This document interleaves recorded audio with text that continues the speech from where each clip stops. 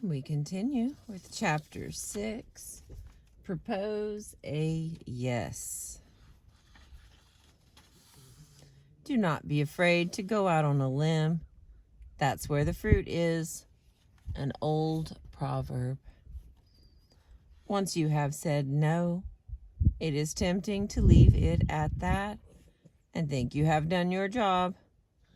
Whew! I've said no. But this is not enough. There remains the third essential part of a positive no. To propose a yes.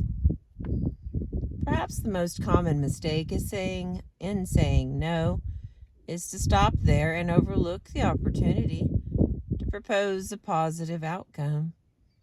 In response to the other's demand, we say what we won't do, but don't say what we will do. In response to the other's behavior, we tell them what we don't want them to do, but forget to tell them what we do want them to do. Beautiful sunrise. Hope it's as clear as it looks. Remember that saying no is an exercise in persuasion, not just communication. You want the other to accept your no. You want them to change their behavior. And often you want to keep the relationship. This is your chance to make your no persuasive, to make it easier for the other to do what you would like them to do. The third essential part of a positive no is a yes with a question mark. Just as a positive no begins with a yes with an exclamation point, so it ends with a yes with a question mark. If the first yes is an affirmation of your core interest, this yes is an invitation to a positive outcome. As you close one door with your no, you open the other with your second yes, as if to say, will you come through the door with me? As you close one door, another opens. Once I was watching the film Hook with my daughter Gabriella, then 5 years old. In one scene, Captain Hook says vehemently to Peter Pan, I hate you, I hate you, I hate you. My daughter looked up and commented, he shouldn't say that. He should say, I don't like you, but I'll play with you sometimes. The wisdom of opening a door is known to 5-year-olds, but often forgotten in adulthood. To close the door and then reopen the same door can confuse your message and weaken your no. But to close one door and open a second door, as you keep the first closed, can actually clarify and strengthen your no. Consider a significant turning point in the civil rights movement. In Nashville, Tennessee, in the winter and spring of 1960, Black students were sitting at lunch counters in downtown department stores, hitherto reserved for whites only. After a bomb exploded at the home of a leading black lawyer, narrowly missing killing him and his family, hundreds of students and citizens spontaneously began a protest walk to the city courthouse. There on the courthouse steps in front of the massed crowd, the protesters met with the mayor, Ben West. A young black minister angrily admonished Mayor West. West heatedly defended his record. Then a 22-year-old black woman, Diane Nash, interceded with a question. She asked the mayor if he felt it was wrong to discriminate against a person solely on the basis of his color. West replied that he could not agree, that it was morally right for someone to sell them merchandise and refuse them service. Nash followed up by asking if he thought the lunch counters should be desegregated. West hesitated and dodged the question, but Nash persisted. Then, Mayor, do you recommend that the lunch counters be desegregated? When West said yes, the crowd instantly broke into applause, and the protesters could not restrain themselves from hugging the mayor.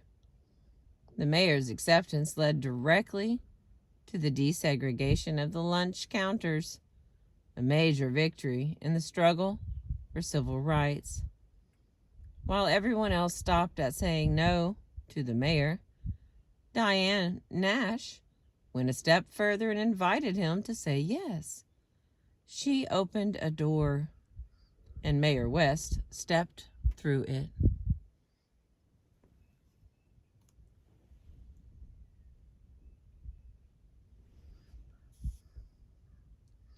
A no alone can easily cause the other a great deal of frustration, and you may end up suffering the consequences as they react angrily to you. They may feel that they are being pushed up against a wall with nowhere to go, as Mayor Ben West probably felt when confronted with the minister's anger. If you open a door, however, as Diane Nash did with her persistent questions, you offer the other a way out, and all your power can be deployed in persuading them to take it. In short, rather than working to frustrate the other, focus on redirecting their attention to a positive outcome. Making a positive proposal has another great merit. It shows respect for the other and their needs. They will be much more likely to accept your no and agree to respect your interests if you can figure out a way to address theirs. That is how persuasion works. And finally, though this may sound odd at first, making a proposal gives the other a chance to say no to you. Instead of leaving them in the uncomfortable position of the one who is rejected, you can turn the tables and offer them the opportunity to turn down your request. It diminishes the sting of rejection that leads to a destructive backlash. It balances the situation from a psychological perspective, introducing a symmetry that can be helpful in restoring a healthy relationship. Just giving them the opportunity to say no, respecting their right to decide, may paradoxically make it easier for them in the end to say yes. And if they say no to your proposal, consider it part of the challenge. Indeed, the next 3 chapters will discuss ways to transform their resistance into acceptance. Do not mistake the making of a proposal for a softening of your no. As Diane Nash's example makes clear, a good proposal makes your no more powerful and effective, not less. It is essential that you do not send mixed signals or offer false hope to the other. Your proposal needs to be entirely consistent with your no. Like your no, your proposal should be rooted in your initial yes, with an exclamation point. A positive proposal is a practical solution, specific, realistic, and constructive. It can take several forms. If you are saying no to a demand, your proposal may take the form of offering a third option. If you are saying no to an objectionable behavior, your proposal may take the form of making a constructive request for a change in behavior. Or, if no is complete and sufficient, your proposal may take the minimalist form of simply asking the other to accept your no. Let us examine each of these 3 forms in turn. Saying no to demands. Offer a third option. If the other is making an inappropriate or unwanted demand, you do not want to say yes. Yet, because of the importance of your relationship, you do not want to say no, cursorily, either. In this case, consider saying, "What about another option instead?"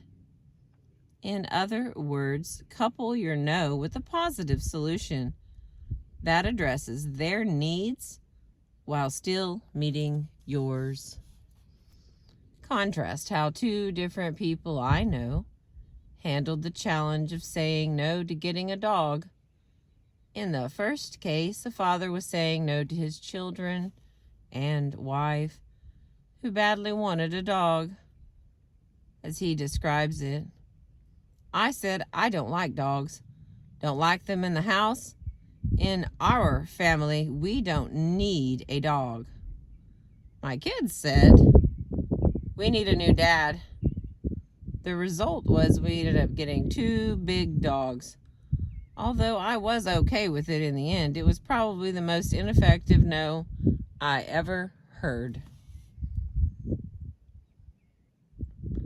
It's probably the most ineffective no I ever said. I don't know why I changed that word.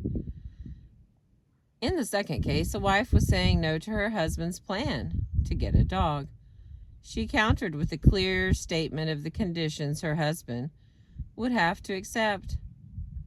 "We can get a dog if 1, you make sure it doesn't chew the furniture, 2, you agree to put up a fence, and 3, you figure out how to manage it while we're on vacation." She put the responsibility on her husband to figure out the solution. In the end, they did get a dog, and the arrangement worked. And the next one, invent options for mutual gain. Just as the wife did, you can invent an option for mutual gain, harnessing your natural creativity. Don't assume the solution is either or. Either you are satisfied or the other is. Often you can generate a both and solution that leaves everyone better off. Imagine that a key employee walks into your office one day and asks you for a raise. You assume she wants more money, and since the budget is already squeezed, your immediate answer to the request is no. You tell her that there's no money in the budget. She walks out of your office looking unhappy. When you think about it later, you realize that you are not very happy either. You do not want a demoralized employee who might consider looking for a job elsewhere. So you think about possible options that stay within your budget, but that also address your employee's needs. You know that she is seeking more recognition, responsibility, and challenges that will lead to a significant promotion. She also has financial needs, a son who is about to enter college, with all the high costs of tuition that entails. A number of possible options began to emerge. First, recognition. What about a new title that would give her more validation and respect from the outside world? What about travel to a conference to represent your organization? And the next one, more responsibility. What about participating in a new high visibility project that is vital to the organization's future? And the final, college tuition. What about checking with human resources to see if a tuition loan might be arranged? Or perhaps you can help her locate scholarship opportunities. Other options may emerge as well, depending on the particulars of your employee and your company's resources. Creating a third option in this manner helps you break out of the false dualism of yes or no. It shows you value the other enough to try to address their concerns as best you can. It shifts the emphasis from the negative to the positive, from what can't be done to what can be done. It shows your good faith and interest in helping the other meet their needs, but not at the expense of your own. If you personally are not available to help the other, suggest someone who could. If a colleague is pressuring you to undertake a project, for example, you could follow your no with, "Have you considered bringing in a freelancer to help you out? I can give you the names and numbers of some good ones." Making a reference and a connection can often be valuable help indeed. The next part is later.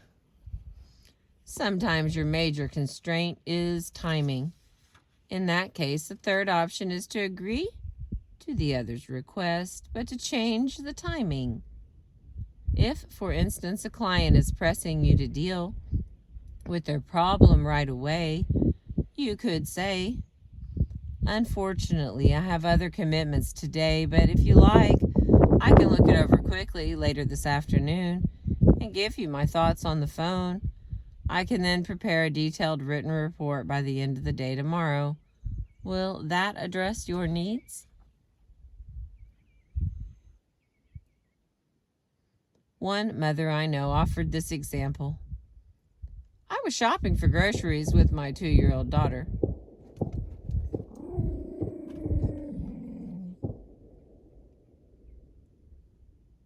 One mother I know offered this example. "I was shopping for groceries with my 2-year-old daughter going down the cookie aisle. My daughter asked, 'Mom, can we buy some cookies today?'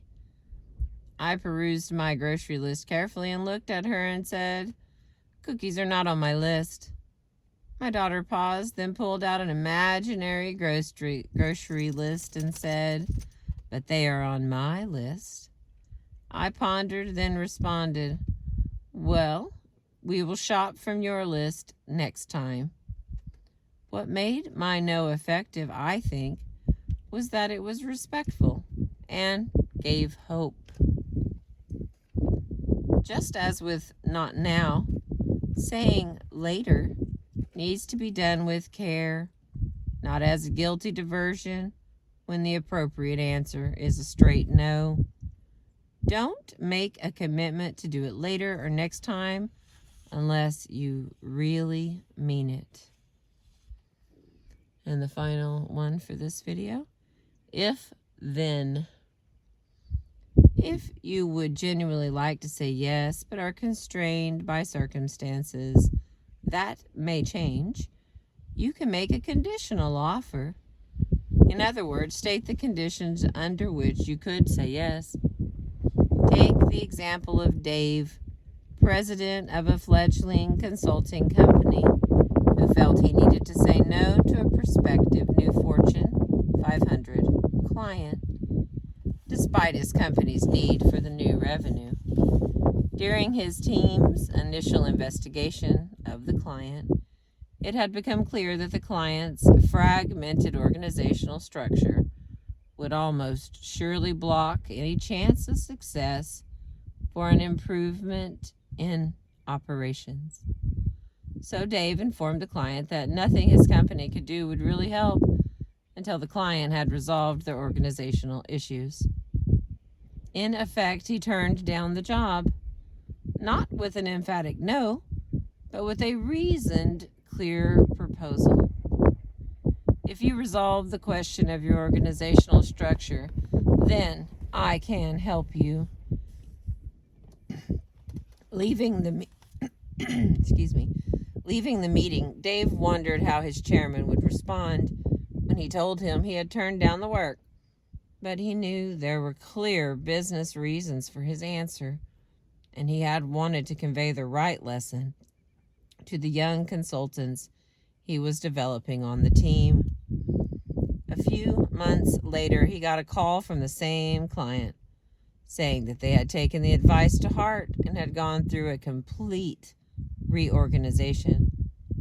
The client asked Dave, Please come back with your team and proceed with the improvements in operations.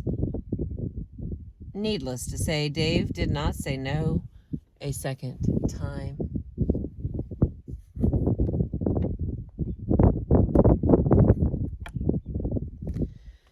I was wrong. We got one more paragraph and then it starts a new section. Suggest a problem-solving process. Even if you cannot think of a positive option that meets your interest and addresses theirs, you might still be able to propose a problem-solving process. I could eventually produce one. A participant in one of my seminars reported that when he asked a customer for a 10 million guaranteed commitment in purchases, the customer replied with an even tone, "That won't happen, but if we sit down and work through the terms, I am sure we will be able to come up with a commitment that is satisfying to both of us."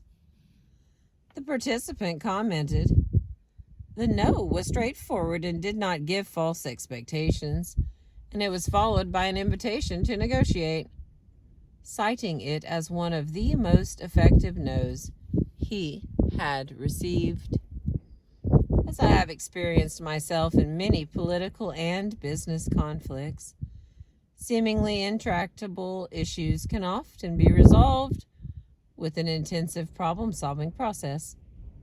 No one at the beginning can say whether agreement will be reached, but during the process, little breakthroughs often occur and set the stage for larger ones.